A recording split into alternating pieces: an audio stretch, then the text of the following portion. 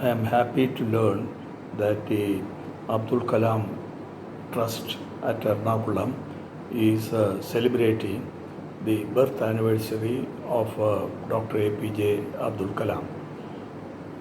In fact, I must congratulate the teams for remembering this day and conducting a seminar through the web for the benefit of the student community.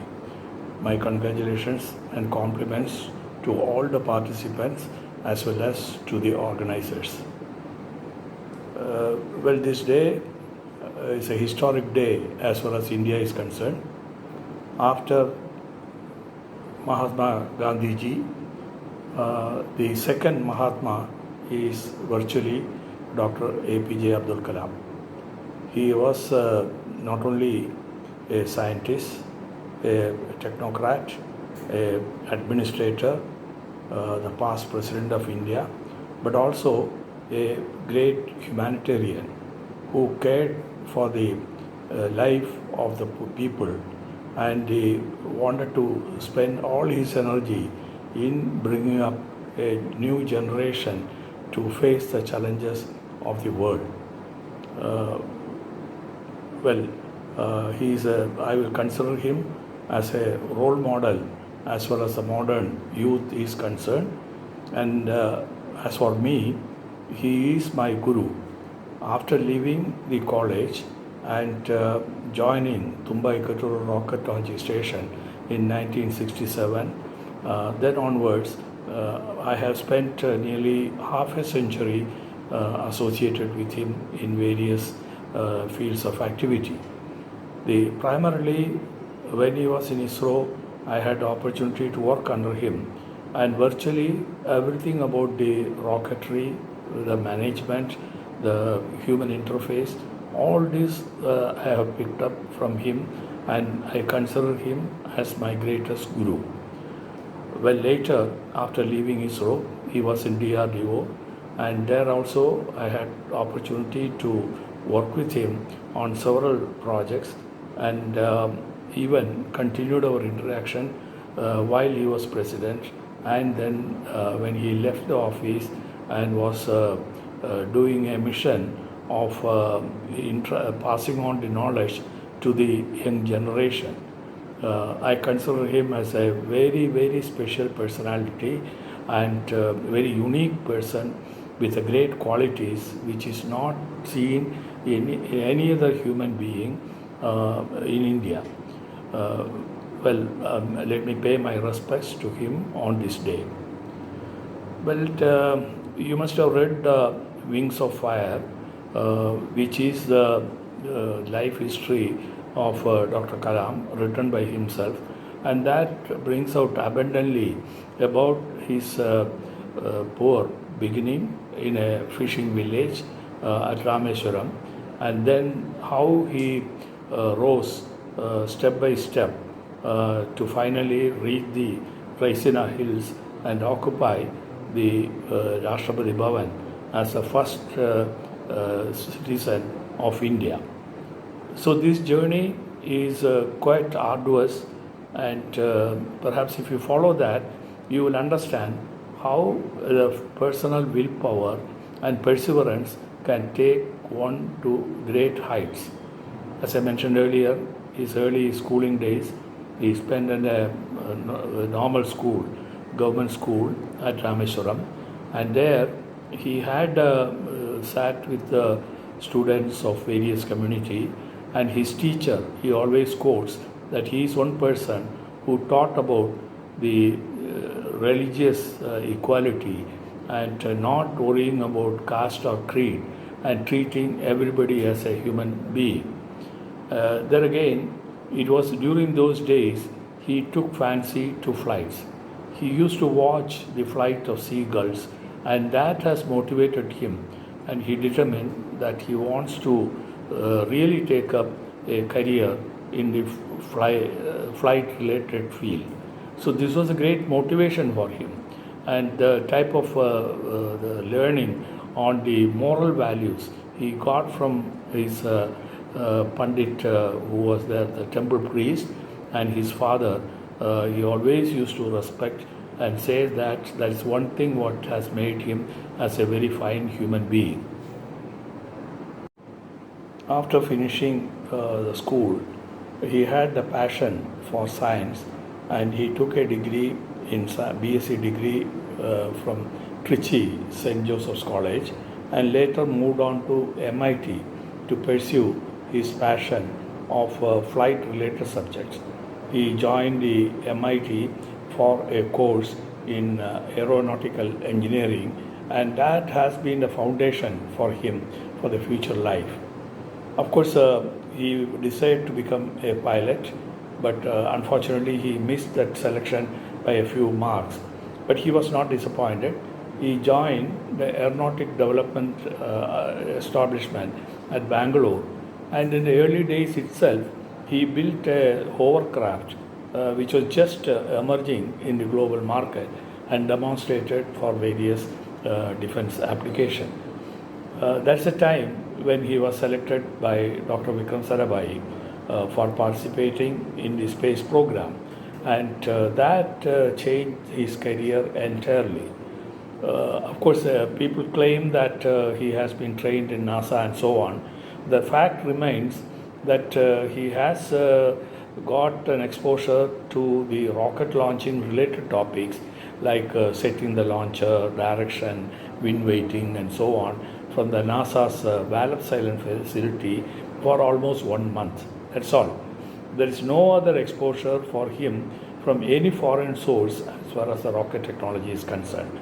Then later, of course, when he was in Tumba, he was very innovative.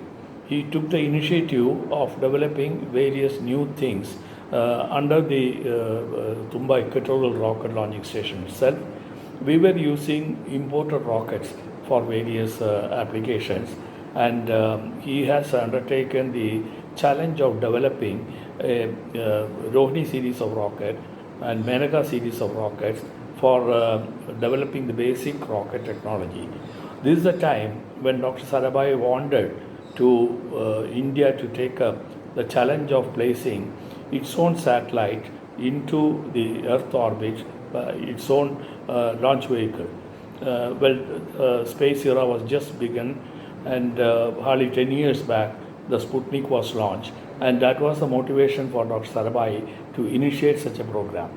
Dr. Sarabhai gave a vision that India should be second to none as far as the high technology is concerned, and we should master this technology, not only acquiring this technology but using it for the benefit of the common man. We truly lived up to his expectation, but Dr. Kalam was given the major responsibility of developing the SLV-3.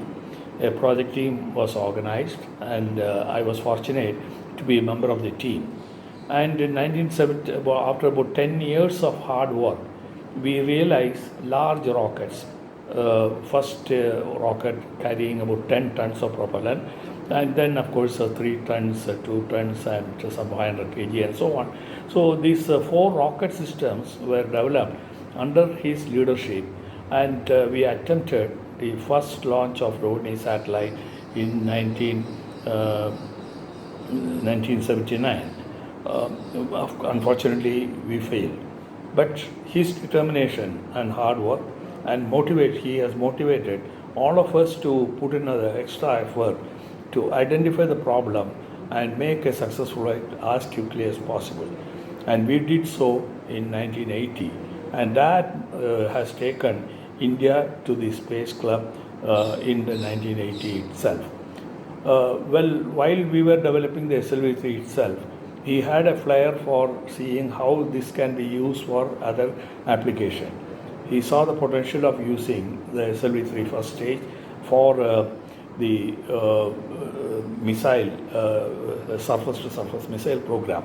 But unfortunately, ISRO was supposed to engage only in development of space and related technology for peaceful application only. Hence, we have not taken up that initiative. But at the same time, looking at his passion and also looking at the national needs, Madam Gandhi decided that he will move to DRDO, wherever he will take up the development of the missiles for the country. He launched the integrated missile program, and that has fructified today. And the Agni series of missile, the largest in the series, is the product of this.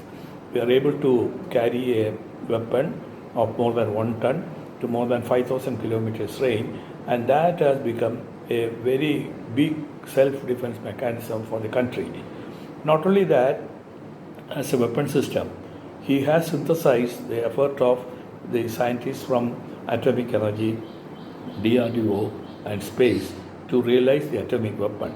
So he is known as the father of atomic weapon as well as father of missile program in the country.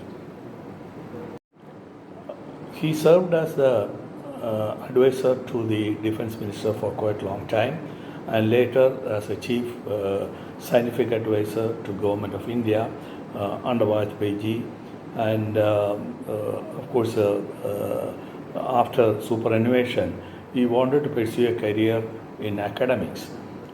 He was aspiring to get into some education institution as a professor, and the net result was he landed up in the Anna University as a visiting professor. And there he has not only taken research programs under the aerospace, but also on the human interface with machine. Especially he has guided a project on implanting a chip in the brain so that the hearing impaired people can be helped out.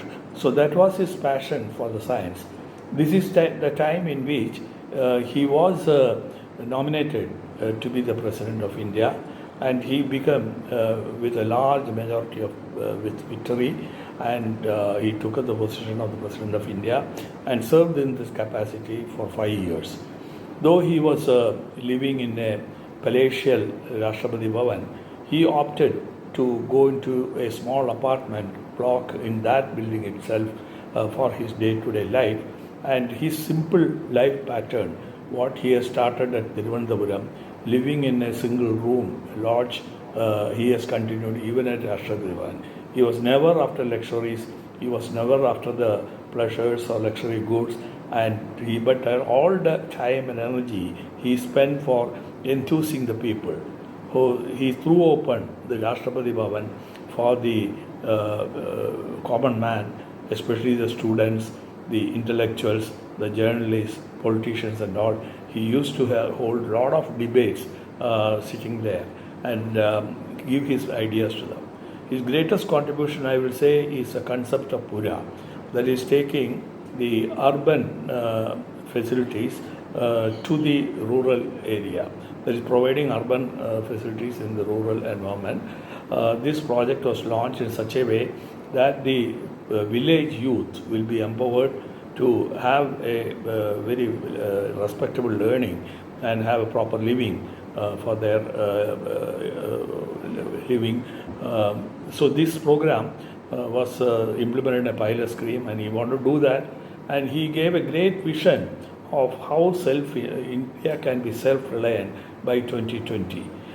This is being pursued by several governments, but somehow we are in 2020. I would say about 50% of such objectives have been achieved. Remaining are before us. Now, this I just gave you an idea of his career and growth to highlight how a single individual with a vision, with a concentration, dedicated efforts and commitment can really excel and rise to the topmost position and contribute to the national development. This is the finest example for the youth of today. They should seriously consider how his lifestyle can be emulated.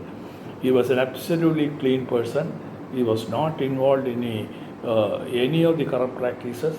And to give an example, he went to Rashtrapati Bhavan with one small bag in his hand.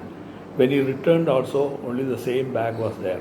But there were instances in which politicians, they walk into Rashtrapati Bhavan with a simple bag, but returned with truckloads of luxuries. He never opted or decided for such things. More than that, he has sacrificed his personal life.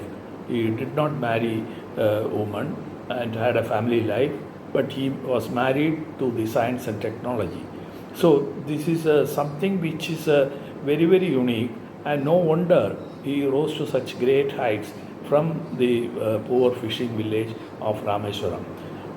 Certainly, I have learned quite a lot from him in terms of interfacing the human beings, how to tackle the personalities, how to really take up the learning of new technologies, experiment, and he taught us a lesson that we should never be put off by failures. We should learn from failures. We should use that knowledge for not repeating the failures. So it's a great lesson which I learned from him, and I'm happy that I could follow his footsteps for a long period in my career also. Well, once again, my greetings to all of you, and thank you for the patient listening.